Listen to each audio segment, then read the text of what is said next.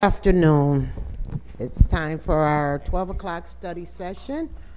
I will know today, later. Yes, resolution? No? Okay, so I'm going to withdraw that. Councilor Thompson.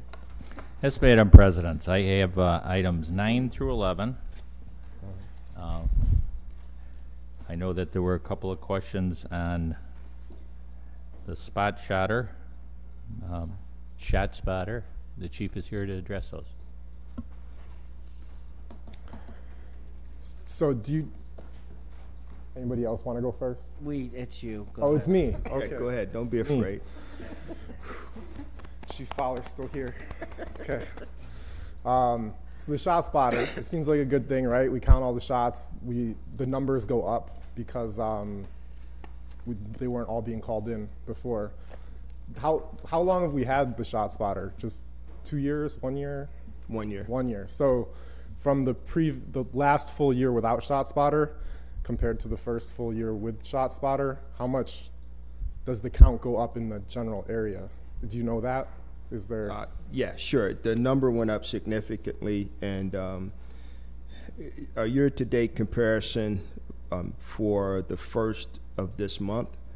Last year we had 239 shots called in to the police. This year, with shot spotter and people calling in combined, we're up to 434 calls for shots fired in our community. So, not doubling, but let's call it a major increase, probably because of counting. So is that like new knowledge to the police department, or did we always suspect that there was like a significant rate of shots fired that aren't called in? Oh, we always suspected that.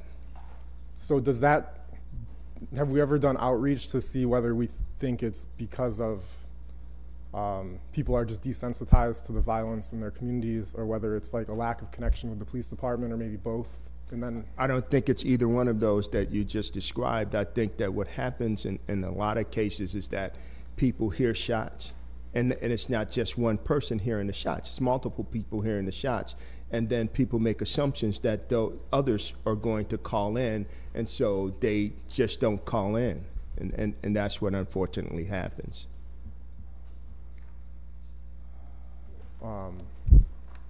Do we do anything, so with this kind of big, I guess, like information gain, like, now we're counting more accurately, we have a better sense of what's happening. Does the department change its use of resources in any way given the new knowledge? Sure. We're a data-driven police department. We use intel, technology, and data to drive our resources. So each week we have an operations meetings, and where we hand out charts and graphs like this, and we track all of the data, and we send our resources where the problems are. And that's been through your, in the deployment where the shot spotter has indicated higher numbers, you've dedicated more resources? Is that accurate to say, or not really? Kind of. It's the trends, right? So I guess it all goes hand in hand. So we follow the current trends. Mm-hmm. Now, if the area in which we find ourselves in this week is also an area where we've experienced an uptick in terms of the numbers, because we now have shot spotter in that area, then it just happens to be a coincidence. But anytime an area identifies itself as a problem through statistical data, that's where our resources is going to go. And it's not just shot spotter. Not shot spotter alone. It's not just in a vacuum. If a number of different data is implying intel, technology, right, all of it, that's what drives us. Counselor, so you asked for any information if there was a comprehensive plan. Did you get any indication? No, I don't have any more information on whether, like what it would cost. What would happen if we had resources to pay for shot spotter? Would you say cover the full city, or would you say just cover we're basically covering, I don't know, 10% of the city or something right now? Should we be covering all of it? Yes. Yes? Yes. do we know how, can we find out how much that would cost? So in the future, maybe next year. We can indeed find out how much it would cost. I don't know that as I stand here right now. Right, I know, I don't, Sure. that's fine. Yeah. But, and we wouldn't make a And decision we can on ev- that today either. So Sure, it and makes we sense can to even look inject at, it rather into the budget. than covering the entire city at once, we can look at covering a different portion. We could identify a different portion of the city to cover that, and then make a year-to-date comparison to see if we're spending our money wisely, because we could always scale it back if we don't see that uptick like we've seen in this area. Chief, are there areas in the ShotSpotter network area where we also have cameras? Yes. Have you been able to identify a location with a ShotSpotter technology and then go back and identify anybody through the use of the cameras? Are they better paired? They're not paired, but yes. The answer to the first part of your question is yes, and the second part as to whether they're paired, that answer is no. What we're currently in the process of piloting a piece of technology that will integrate our cameras in with some ShotSpotter technology, as well as some other forms of technology that this camera integration system would provide us with. We're in the process of seeing that and seeing if that's the direction we want to go to in the future. Do you know if there's been any conversations about ShotSpotter in relation to the purchasing of the lights and how those systems overlap and there might be synergies? Like, for instance, can ShotSpotter be added strategically to the lights once we own them? And how much should we be there paying? has been some conversation about the new lighting system and integrating it with ShotSpotter, but I'm not sure if that's going to work, and if so, how that will work. Thank you, Chief. Is there any more questions? Okay. I understand that there are two people here that would like to speak on item number 11. No? Okay. My items are ready. The SRO? I was giving you the opportunity, yeah.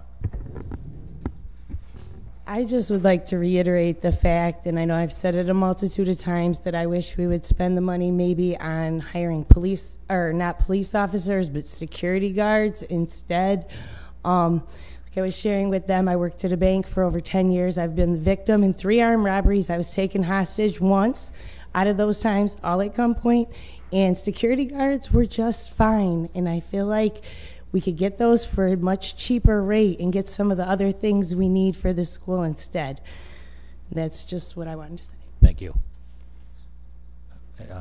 Yeah, Chief, I have a question number 11. So obviously the skill set that makes an officer successful in a school is slightly different than your typical police work. So what kind of training, or on a high level, is there specific training for school resource officers before they get put into the schools? Yes, there's a specific training. It's called school resource officers training.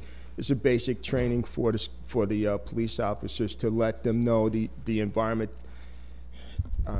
to reiterate the environment that they're leaving from, and to introduce them into the environment they're about to go into on a daily basis. And it teaches them about de-escalation skills, what to expect, and the various things that are specifically associated with the school resource officer's job.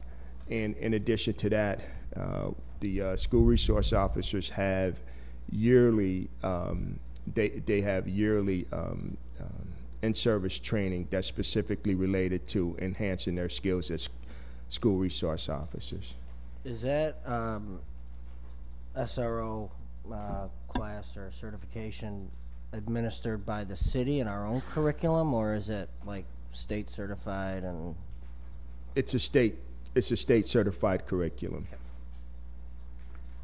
Thank you, Chief. Okay. I Is believe there my... anyone from the school district here today? No? Okay. My items are ready. Thank you. Councilor Rudd. I have items 12 through 16. They're all ready unless anybody else has a question on any of them. Counselor Green? Thank you, Madam President. I have items 17 through 24. Item 18 is being held for committee hearing. All other items are ready unless there are further questions. Thank you. Counselor Kearney, who's taking his items? I could take it. Items 25 and 26 are ready, barring any questions from counselors. Thank you, Madam President. Thank you. Counselor Ryan? Thank you, Madam President. I have item 27. I'd like to just move that forward. Thank you. And Counselor Boyle? Thank you. I have items 28 through 32, and if anyone has any questions. I would just add that I received the basic cost information for the labor agreements from, yeah. Okay, then I'll call those ready. Thank you. Counselor Allen? Thank you. I have items 33 through 45. 33, 34, 35 were ready. And 36, 37, 38 will be held. 39, 40, and 41 are withdrawn. And the rest of the items are ready. Thank you. You're welcome. And with that, I need a motion to adjourn. So moved. Second? Second. All in favor? Aye. Meeting adjourned.